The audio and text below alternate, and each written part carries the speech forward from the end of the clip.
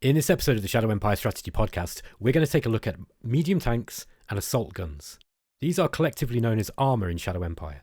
So this is going to be building on some of the topics that we were discussing in the previous episode, talking about light tanks. Medium tanks, I think, are a little bit less contentious than light tanks are, because I don't really see people kind of talking about medium tanks in the same way as light tanks. And just to kind of go back to what we were talking about, light tanks do have a reputation among some people of being quite overpowered and a little bit of a no-brainer in the early game. And I think medium tanks really don't have that same kind of criticism thrown at them. So what are medium tanks? And we're also going to look at assault guns as well. Medium tanks, and this is from the manual, a medium chassis design that can support up to a 200mm of armour and up to a 105mm gun. And for cost calculations, the size is level 6. Now, this is the same basically for assault guns as well. The difference is with the assault gun has no cupola, which makes it cheaper to produce, and I think it's half of the industrial point cost. The issue is it's less effective in an offensive role. Now, that's only technically true, I think, if you are putting on a high velocity gun onto the assault gun. So let's just talk about the medium tank and the assault gun collectively here when we look at some of the weaponry that it can install.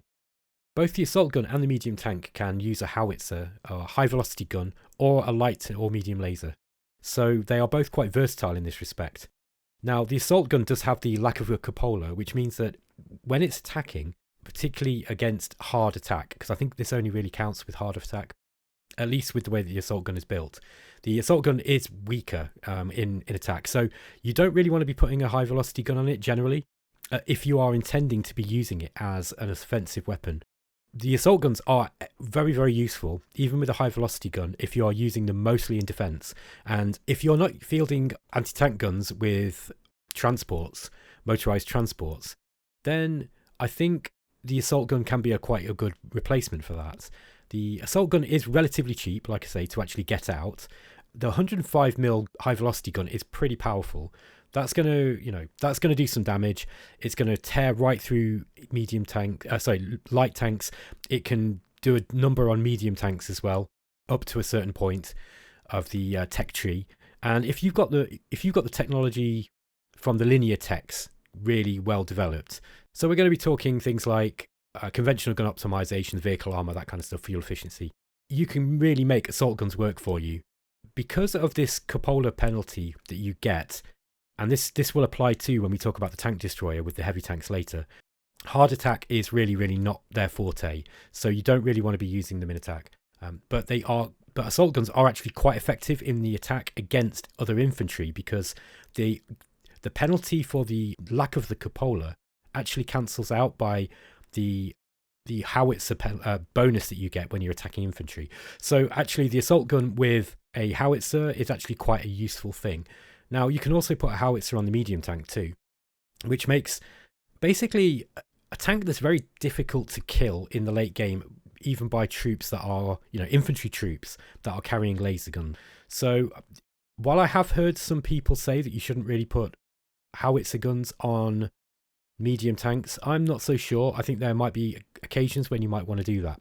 If you've got loads and loads of points going into model design, loads of bureaucratic points, and you're getting models out left, right and centre, there is absolutely no reason why you couldn't have two models of medium tank, and you could put one with a howitzer gun and one with a hypervelocity gun, and then get the best of both worlds. There will be a part of the game, particularly if you're playing against the AI, where the AI will still be fielding loads and loads of infantry and loads of tanks, and it can be useful to mix those two into one formation. This was a comment that was actually made in the replies that I got to the light tank video, where somebody was saying, you can actually mix the two gun types in the formation. It can actually be quite effective. I think strategy gaming meta seems to be, to me, that people don't really like doing that. They tend to be like all or nothing, so kind of min-maxing towards being good at one thing or being good at another. And I don't always agree. I think there are times, particularly in a game like Shadow Empire, where you might be resource deprived, where it could be quite useful to be less specialized and just being able to cover more bases. So being able to take out infantry and hard targets in one attack without having to mix too many different model types.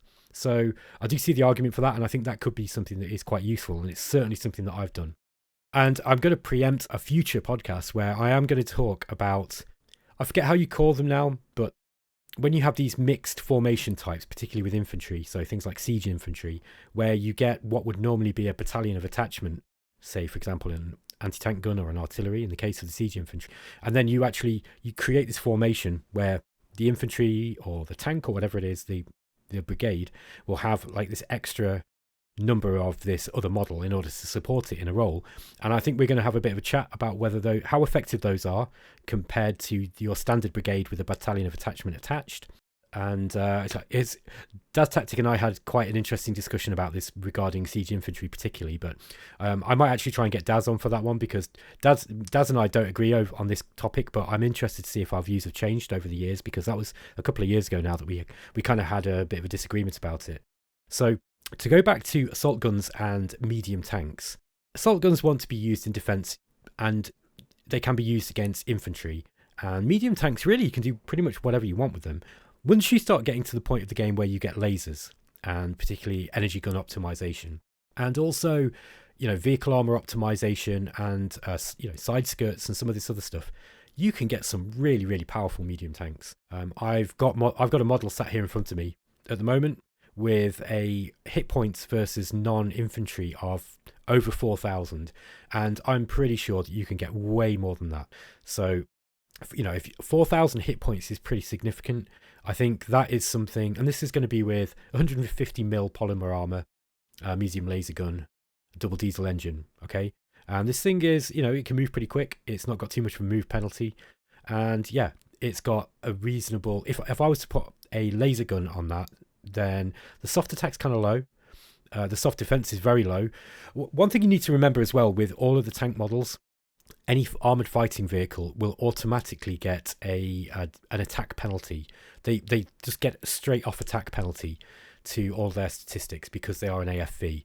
Okay, so this is one of the reasons why, for example, the tank destroyer is absolutely abysmal when in the attack. It's got, even with a really powerful gun and really boosted combat statistics because of the various model design things and because of your linear techs, even like when you're trying to attack with a tank destroyer, it's absolutely abysmal. It's so weak. You are better off attacking with a AT gun. We'll come to the problems with the tank destroyer later, and the reason why I still like them, incidentally. I think it's worth bearing in mind here that AFVs in general, they just get this kind of blanket penalty to attack and with the assault gun, it's kind of made up a little bit when you're attacking infantry with that, with the bonus that you get for the howitzer. And you can get that howitzer bonus as well for the medium tank too. So you've got kind of like 3 different ways you can go with the medium tank and the assault gun. You've got the howitzer, you've got the high velocity gun, and then you've got the medium laser. And we've already discussed which ones are kind of better for which role. I would suggest that if you are using your assault guns in defense, you could do worse than to put a laser gun on, particularly a medium laser gun. To go back to some of these medium tank model hit point levels, I think that's particularly with that, if you're getting over 4,000 hit points, that's the sort of level where it can start surviving things like micro nuke attacks. So unless you've got a very, very good micro nuke model. So I think that, medium tanks really do stay fairly viable right through into the late game. Now, here's where I want to kind of turn it over to you guys, because I'm not that familiar with the late game in multiplayer games yet. I want to know, how effective are medium tanks and assault guns when it comes to the end game, when you're starting to get some of the end game techs coming out to play? And I'm talking about things like, plasma guns. You've got things like, the micro nukes is a big one, and that's going to be the subject of another podcast while we're still talking about model design. Yeah, I'm also interested to know what it is that you use medium tanks for mainly. Now, I feel like, again, this is not going to be so much of a contentious issue as the light tanks, but I'm fully expecting that your answer is going to be somewhat similar to mine, which is I use medium tanks in the early game as soon as I get them in order to kill other light tanks. Okay, so to kill other tanks. So once you've got a medium tank model out, that is a reliable way of being able to literally tank more damage from the 60mm high velocity gun that you might have on a light tank if you are putting high velocity guns on a light tank, right? And with up to 200mm armor, you've got a fair chance of being able to take down light tanks with a medium tank.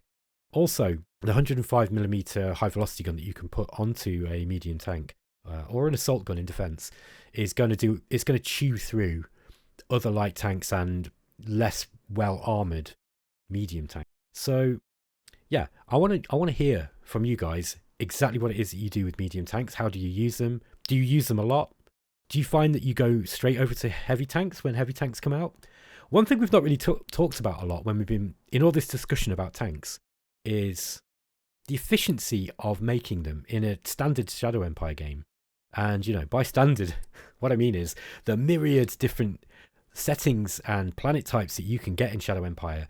And, you'll if you've watched any of my series, particularly the Ice Planet series, where I'm extremely constrained with resources, you'll know that sometimes you just can't afford to get that big tank, that large tank or a monitor tank, or even walkers. You might be constrained with what you can actually build just to have a medium tank, and you might not even be able to afford to get out 200mm polymer armor and a double diesel engine. You might be having to put out a medium tank that's got an 88mm gun, and that might be perfectly okay for what you need. It's possible, particularly if you're considering weight as well with logistics. Maybe you want to move these things around on your trains. Maybe you just want to put 100mm polymer armor. Maybe you just put on an 88mm high velocity gun, because that is enough to take out the 50mm armor that your light tanks are sporting, or your opponent's light tanks are sporting. Also, it was pointed out to me by one of my viewers, and it's a really good point. One of the most recent patches, and I think it will be one of the beta patches, has actually made a change to light tanks now. Now, light tanks can no longer have up to 100mm armor. They can only have a maximum of 50mm. This has really, really changed how I think about light tanks now, because I think 50mm polymer armor isn't bad, but it's not that viable in the end game now. And I feel that that's probably good, right? Light tanks are supposed to be small. They're I think they're supposed to model. I expect something. This is just my imagination work, but I imagine something like your standard. Is it the Abrams? Is it the M1 Abrams or M1A Abrams or something like the British Challenger? I imagine those as like medium tanks. Okay, we don't really use heavy tanks in real life warfare now. I think that they just aren't particularly effective. More armor doesn't necessarily make them, more effective. They are a bigger target. They are slower, so they're much easier to kill. Now, the same isn't true in Shadow Empire. So just to preempt a little bit about how I feel about heavy tanks, I think that heavy tanks can be quite effective in Shadow Empire, and it's just assumed that I think the technology is moved in a different way, and the tactics are used slightly different. But medium tanks have got a fair chance of being able to take down a heavy tank if you use them in the right way, particularly if you've got them a decent model, and the heavy tank's not like the best model that you. That's one of the nice things about Shadow Empire, because of the way the RNG works. You've always got a chance to be able to kill something very, very powerful with something relatively weak. And, the game mechanics are really set up to allow these certain things. I'm going to turn it over to you guys. What do you think about medium tanks? And let me know how it is that you use them. And let's get a bit of a discussion going on, where the game meta is with these things. And what about assault guns? Do you use assault guns? Do you ever put high velocity guns onto assault guns, or do you tend to just leave them with what they seem to be kind of geared at, which is being an infantry killing tool? Bearing in mind, though, a medium tank can do that too, right? It's just a little bit more expensive. In fact, I say it's a little bit more, it's a lot more expensive. So would you say that the industrial point cost of the assault gun is worth the penalty that you would take, in order to be able to use it in that offensive way? And is it worth building as a defensive tool when you've got things like anti-tank guns and RPGs?